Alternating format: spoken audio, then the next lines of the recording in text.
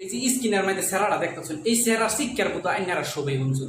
এই সেরার শিক্ষার শুনে মানুষে হাফ প্লেট হয়ে গেছে, আধা আধা মানুষ হয়তো হসপিটালও গেছে। কারণ কি জানুন, এই সেরাটা আর এই যে এই সেরিটা দুইটার একটা লাভ স্টোরি আছে। ওরা দুইটা খুব ভালোবাসতো একজন আরেকজনকে। তার মানে হঠাৎ করে সেরিটার বিয়া হয়ে গেছে, বিয়া হওয়ার পরে হঠাৎ করে সেরাটা খবর পায় অজ্ঞান হইয়া, মানে এতভাবে চিৎকার করছে পাবলিসিটির ভিতরে আয়া এই সারা নেট দুনিয়া পাগলা বানায় দিছে।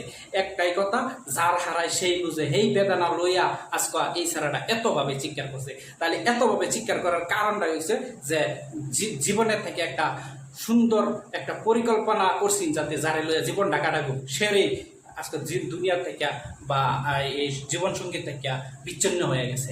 তাহলে এখন আবার প্রমাণ হয়েছে যে টেহার কাছে ভালোবাসা যে বিক্রি হয়, বাস্তব প্রমাণ এইটার মধ্যেও একটা প্রুফ হয়ে গেছে।